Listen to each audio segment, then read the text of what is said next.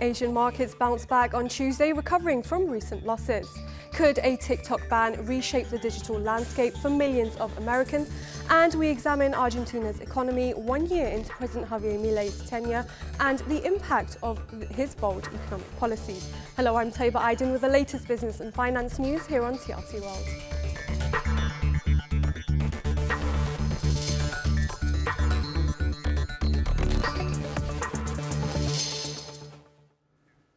Asian markets rebounded on Tuesday following losses on Wall Street that saw the S&P 500 and Nasdaq pull back from record highs.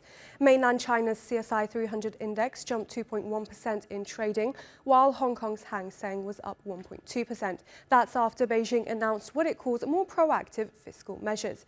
Meanwhile, China's imports posted the sharpest decline in 14 months in November, largely missing expectations.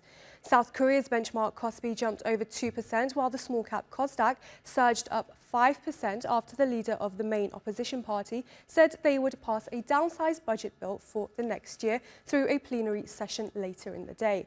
Australia's S&P 200 was trading down 0.56% after the Reserve Bank of Australia held its benchmark rate at 4.35% for the 10th consecutive time. Over on Wall Street, tech stocks retreated ahead of key inflation data and after a Chinese regulator said it was investigating chipmaker Nvidia over possible violations of the country's anti-monopoly law. For more, I'm joined by George Khoury in Dubai. He's Global Head of Research at CFI Group. Good to have you with us, George. Now, Asian indices, particularly South Korean stocks, have bounced back from recent lows. What's helped boost sentiment? Hello, Taiba, and thank you for having me today. So basically, it's purely a correlation between the different markets and the region specific. So after we have seen that China is committed to a certain point to maintain its projections in regards to the economic growth for 2024 and projections for 2025, they have suggested the possibility of further stimulants or stimulants packages in regards to a looser monetary policy, in regards to injections into specific industries and sectors, and it might be mostly into the real estate sector in specific. And because of this optimism and potential for stimulants that is expected, it has boosted the whole region, whether it is on Chinese indices, whether it's on Korean indices, or even Japanese as well, if you look at it from a regional perspective. Also, for Korea in specific, we have seen that the government was able to suppress whatever chaoticness was happening last week. Even though there was an impeachment during the weekend from a political perspective, however, it failed to proceed. This leaves volatility in the market. This still tells us that there is more to come maybe from what we have seen based on last week, but at least the measurements that the government has taken was able to suppress whatever was happening. And this is why we have seen the recovery to a certain point after the drops that we have seen last week in Kospi and other indices as well. Let's have a quick look at China now, where imports have fallen to 14-month lows. What does this suggest about Beijing's recovery efforts? Unfortunately, this is what we have been expecting for the past year, approximately, Taiba, and China in specific. So despite the stimulant packages that were happening and the stimulus that was happening in China in specific, we have lack of trust, whether it is from internally or externally, into the financial health being of the Chinese economy as a whole, especially from the external factors and external foreign investments that we have seen dropping for the past 6 months, approximately.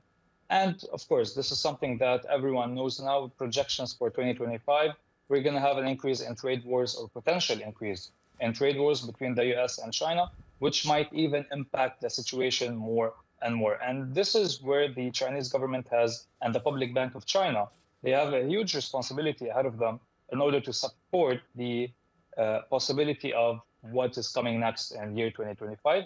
And this is something extremely important where the president has mentioned that our utmost goal and objective is to actually reach the projected growth for 2025, which is at 5%. However, based on what we have seen now, whether it is from the imports perspective that are dropping, obviously, and also from CPI, looking at the drops in CPI with 0.2%, approximately, which also shows that we don't have enough consumer confidence or consumer spending as well that is actually supporting the economy and the economic activity as a whole. Okay, George Khoury, we will have to leave it there. Thank you very much for joining us. Thank you, Taiba. Argentinian President Javier Milei has completed his first year in office while facing growing dissatisfaction over his dramatic economic overhaul. Aggressive cost-cutting measures have succeeded in bringing inflation to its lowest level in 3 years. However, that progress has come at a cost. Consumer spending has collapsed and millions continue to grapple with the challenges of a strained economy. Omar Baccalolo has the story. When Argentine President Javier Milei took office in December 2023, he promised to pull it out of a dire economic crisis. The self-confessed anarcho-capitalist brought a chainsaw to his campaign rallies to symbolize his commitment to cutting public spending. Within months, he devalued the peso by 50%, cut fuel subsidies, and reduced government ministries by half. Now, a year into his right-wing presidency, those drastic measures are finally starting to show some results. Inflation is Milei's top priority.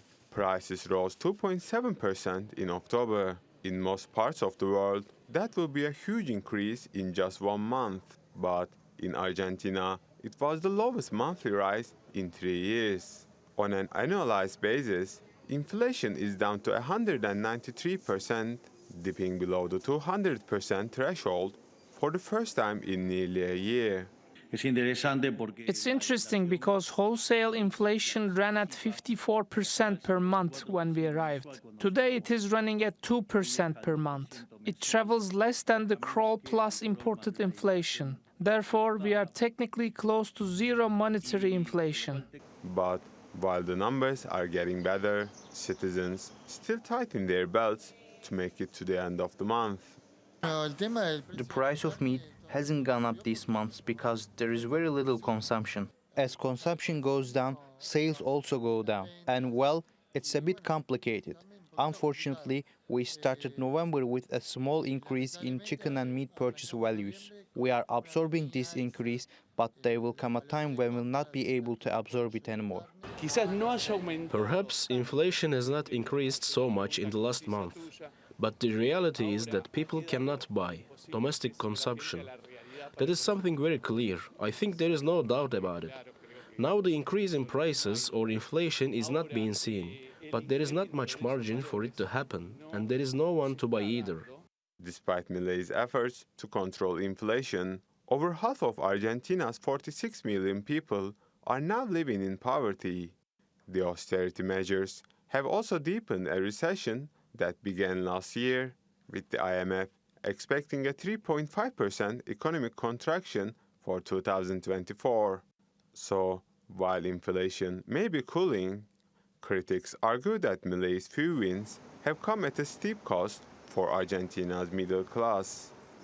Omar Baccalolo, TRT World. For more, we're joined by Latin America analyst Colin Harding in Manchester in the UK. Good to have you with us, Colin. Now, a year ago, Javier Milei started his libertarian economic experiment to transform Argentina. During this period, inflation has decreased, but poverty has risen more than 50%. How do you evaluate these differing results? Well, it's a very good question. All the commentators, both local and foreign, are trying to puzzle this out. How can you have a situation in which more than half the population live in poverty and more have been driven into poverty, and at the same time the president enjoys a popularity of more than 50% at the end of his first year? I think the answer lies in Argentine history or recent history. Argentina's had decades of economic failure under extreme interventionist government with a big state, with a bloated public sector, with massive public spending leading to deficits and chronic inflation. Milei is trying to do the opposite, and so far he's had some success, as we've seen, with reducing inflation. And a lot of people unexpectedly are saying, well, we've come this far, let's see if he can continue. Let's see if his promises of economic growth in future, of massive investment pouring into the country and deregulation leading to freedom for everybody, let's see if he can pull it off. The jury's out at the moment, but he's had success in his first year and people are prepared to give him more time. And what could be the biggest challenges that Milei will face in his second year in office? Well, getting the economy to grow, for people to start feeling better off. They certainly aren't at the moment, as we've seen. People having to tighten their belt. They've got no money to spend. There have been thousands of people thrown out of work by the abolition of some ministries and public sector bodies. We'll have to see if the a projected growth of the private sector, that the foreign investment is expected to pour into energy and mining projects, for instance, does lead to more employment and to more prosperity for the country. So far, he's had, with the special powers he's been granted, he's had some success, but people want to see that there are going to be real results in future. He's claiming massive triumphs, and this is the beginning of a new epoch for the best times ever for Argentina, but it's a bit soon to be saying that, and people want to see real results in future. Well, we will have to wait and see how that all plays out. Colin Harding there in Manchester for us. Thank you very much for your time.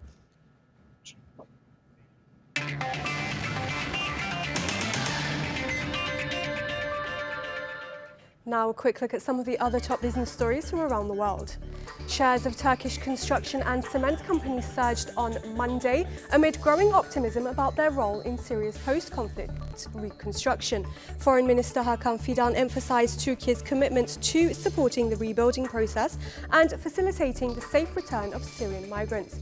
Analysts highlighted the potential opportunities for Turkish firms in construction, cement and steel, citing Turkey's strategic location and strong trade ties as key advantages. Oracle has reported a 9% growth in second quarter sales, with net income rising 26% to $3.15 billion, or $1.10 per share.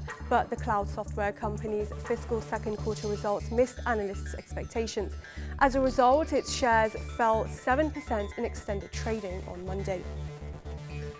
Global insurance giant Arthur J. Gallagher is buying insurance broker Assured Partners for $13.45 billion in an all-cash deal focusing on property, casualty and employee benefits in the US. The acquisition will strengthen Gallagher's presence in areas like transportation, energy and healthcare and expand its business in the UK and Ireland. The deal is the largest sale of a US insurance broker to a strategic buyer. And the International Monetary Fund and Ecuador have reached an agreement on a loan program review, allowing the release of $500 million to support the country's economic stability. This comes as Ecuador faces a tough economy and an electricity crisis caused by a historic drought. IMF Mission Chief Varapat Chensavastijai says the goal is to help improve living standards for all Ecuadorians during these challenging times. A US appeals court has upheld a law requiring a divestment of TikTok or TikTok's owner or sell the social media company will be banned. It's a major setback for the Chinese-owned short video app. In August 2020, then President Donald Trump tried to ban TikTok, citing national security concerns, but the decision was blocked by courts. In April this year, President Joe Biden signed a law giving the Chinese owner ByteDance 9 months to sell its stake in the app or risk a ban. Now TikTok faces being banned in the US starting January 19, the day before Donald Trump is set to be inaugurated as president once again. The ban poses a significant threat to TikTok, which generates billions in advertising revenue for ByteDance. But despite the looming ban, brands continue to advertise on the platform. TikTok says it plans to seek an injunction to delay the ban until the US Supreme Court can review the case. If the ban does go into effect, Meta Platforms, the owner of Facebook and Instagram, is expected to benefit the most, followed by Alphabet's YouTube. Both companies have launched short video features in recent years to compete with the Chinese-owned app. In 2024, TikTok's US ad revenue is projected to reach $12.3 billion, highlighting the high stakes in this legal battle. With me in the studio now is Dennis-Kenji Kipker, Research Director at Cyber Intelligence Institute. Thank you very much for joining us, Dennis. Now, TikTok has quickly become one of the biggest social media platforms. How could a ban like this impact American creators? Yeah, this will definitely be a big disruption because, as you already mentioned, TikTok is one of the biggest platforms and it has millions of users and they have really millions of followers there. So a lot of content creators rely on TikTok, how TikTok is functioning, and a lot of revenues on social media are also created in the US on TikTok. So if TikTok would be banned, this would have definitely a big impact on all social media activities all across the United States. Right, and creators are now looking for alternative platforms as we speak. What platforms could they potentially take their business to? Yeah, we have already seen this situation when Elon Musk decided to buy X or Twitter. So there was a flow of users to other platforms. It is to say that TikTok, regarding the Generation Z and the millennials, is one of the strongest platforms. So we do not have adequate other platforms. Maybe YouTube would be a platform that could be accessed, but also Facebook, which is owned by Meta. And there are currently also new platforms being created, but it's not true or it's not sure if these platforms will be really successful as TikTok is, because TikTok has a very successful algorithm. Yes, and TikTok is a very unique app. So what impact could selling its US operations have? Yeah, so this will big impact. So there will be tensions between the US and China, and the Chinese government is already arguing that all these debates about national security do nothing have to do with TikTok itself. Of course, a lot of user data is used and there are some privacy concerns, but we also see this privacy concerns, for example, for Facebook, YouTube or any other platform, because they are based on online marketing, so they have to collect all the data. So it might be assumed that this might lead to more strategic geopolitical issues between US and China. Right, and TikTok is also an e-commerce market. How could losing its operations in the US, impact e-commerce and marketing? Yeah, so this would be a definite change in e-commerce in the United States. And that would mean that we have a lot of content creators, influencers, that would have to start from the scratch. So they would lose all their followers if the platform would be closed in January in the United States. And that would also mean that revenues get lost here, because you cannot shift from one day to another to a platform, and you cannot create a follower or membership that is of the same significance as TikTok is at the current moment. And could we see more governments moving with the same motion to ban TikTok? Yeah, definitely. So we have German government, for example, or the European Union, who are arguing that TikTok is creating disinformation campaigns and is also collecting a lot of data. And also we see several countries arguing that this is of national interest that the platform is banned. All right, Dennis-Kenji Kipker, thank you very much for joining us today. Thank you so much. Now, Volkswagen workers in Germany are fighting back against cost-cutting plans, which could lead to wage cuts and factory closures. A fourth round of talks has just begun, but strikes are now spreading. Nicholas Morgan has the latest. Volkswagen is facing what could be the biggest challenge in its 87-year history. Talks between the car maker and unions over plans for its first ever factory closures have hit a deadlock. It sparked protests and strikes at 9 plants right across Europe, including its headquarters in Wolfsburg. We are totally ready to go on strike. The mood is obviously subdued since they show absolutely no goodwill. We are all scared. Many of those who are nearing retirement are really scared that they could lose their jobs now. VW not only wants to close plants, but also to cut wages by 10% and insists its survival depends on these cost-cutting measures. It claims demand for cars in Europe has fallen by 2 million annually since 2018. The company also says it struggles to compete with cheaper Asian rivals. But unions accuse Volkswagen of putting profits above people.